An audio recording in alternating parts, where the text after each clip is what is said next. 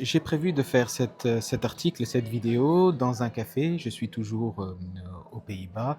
De toute façon, c'est pour changer un petit peu de cadre. On va pas tarder et en fait, aujourd'hui, c'est un article qui parle de comment, en tout cas des conseils, des astuces pour bien faire un don lorsqu'on veut faire un don, que ce soit pour une association ou peut-être, un groupe ou une personne. En tout cas, on tarde pas et on attaque directement l'article comme à notre habitude, mes chers amis. J'espère que le son, est bon et qu'il n'y aura pas de soucis au niveau du micro.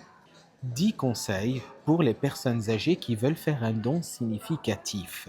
En vieillissant, le désir de laisser une marque, de sentir que l'on fait partie de quelque chose de plus grand, devient souvent plus fort. Donner de l'argent à une cause est l'un des moyens les plus puissants donc de le faire. Mais comment pouvez-vous donner sagement, en toute sécurité et avec un but, surtout lorsque vous êtes un senior? Voici donc dans cet article les 10 conseils clairs et pratiques pour vous aider à faire un don en toute confiance. C'est parti. Premièrement, commencez par choisir une cause qui compte vraiment pour vous. Avant de réfléchir à combien donner, demandez-vous: qu'est-ce qui me touche vraiment? Des enfants dans le besoin? Recherche médicale?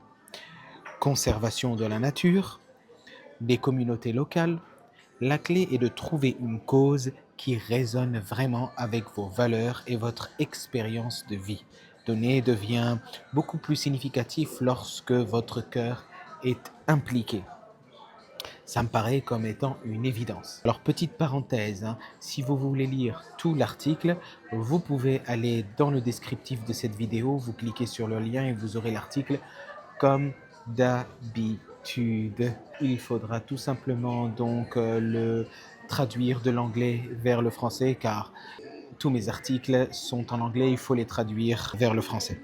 Deuxièmement, vérifiez que l'organisation est fiable. Il existe d'innombrables organismes de bienfaisance en ligne, mais tous ne sont pas dignes de confiance. Vérifiez toujours que l'organisation est officiellement enregistrée, transparente avec ses finances et claire sur la façon dont les dons sont utilisés. En France, des plateformes comme infodon.fr ou helloasso.com peuvent vous aider à vérifier ces détails. Et assurez-vous de recevoir un reçu fiscal. C'est un bon signe du sérieux de l'organisme de bienfaisance. Il y a aussi des plateformes, des sites qui sont conçus pour les créateurs et je vous en ai déjà parlé dans plusieurs vidéos comme Tipeee. C'est très connu Tipeee, vous pouvez vous renseigner. Je vais vous le mettre ici. Tipeee, T-I-P-E-E-E. Et justement, moi aussi, je suis sur Tipeee. En tout cas, ma chaîne YouTube est sur Tipeee. Si vous souhaitez faire un don à la chaîne, c'est toujours faisable sur Tipeee que j'ai mis ici. Troisièmement, commencez avec une petite quantité si vous n'êtes pas sûr. Vous n'avez pas besoin de donner une grosse somme pour avoir un impact. Un don de 10 euros, 20 euros ou 50 euros est déjà précieux. C'est même beaucoup, je dirais. Je trouve que les dons de 10 et 20, c'est vraiment très généreux. Cela vous permet de soutenir une cause tout en restant dans votre zone de confort. Au fur et à mesure que vous établissez la confiance avec l'organisation, vous pouvez par la suite choisir de donner plus tard, plus, ou de continuer avec un soutien petit et régulier. Moi, je pense que c'est mieux la régularité plutôt que des grosses sommes. Ce n'est pas nécessaire de faire ça. Quatrièmement, envisagez un don mensuel pour un impact à long terme. C'est ce que je disais juste avant. Les organismes de bienfaisance apprécient les contributions mensuelles. Ils aident à la planification et à la budgétisation. Vous pouvez choisir un petit montant mensuel comme 5 euros ou 10 euros et cela devient une simple habitude.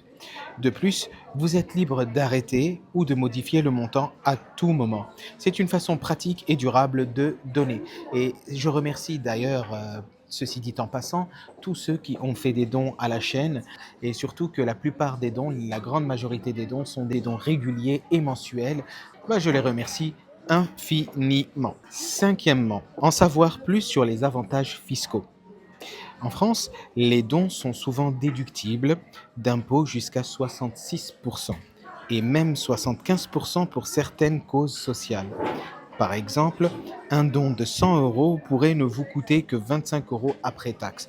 Moi, je suis pas très fort en calcul, tout ce qui est impôts, et cetera. J'essaie de me faire souvent aider et donc si vous aussi, vous n'êtes pas, très friand de démarches administratives, de calculs, taxes, impôts, et cetera, vous pouvez vous faire aider. Vous pouvez vous faire aider par quelqu'un, votre assistant, par exemple. Bien que cela ne devrait pas être la principale raison de donner, cela vous aide à maximiser votre générosité. Bon, ça, c'est à voir avec un conseiller fiscal, par exemple, ou de se renseigner sur Internet. Comme d'habitude, hein, il y a 10 conseils, c'est vrai, mais moi j'en fais 5 pour pas m'attarder trop longtemps. Je vous conseille d'aller voir l'article. Vous cliquez sur le lien qui est dans le descriptif. Vous aurez l'article dans son entièreté.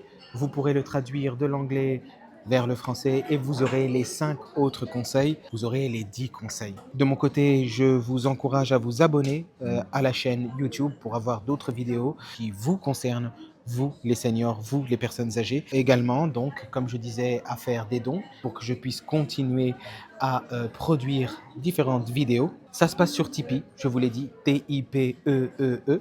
Le lien se trouve de toute façon dans le descriptif de cette vidéo. Sur ce, moi, je vous souhaite une bonne journée, une bonne soirée selon l'heure à laquelle vous êtes en train de visionner cette vidéo. J'espère que le son n'a pas été endommagé parce que je suis dans un café où il y a énormément de monde. Bref, à plus les amis dans une prochaine vidéo. Ciao, ciao.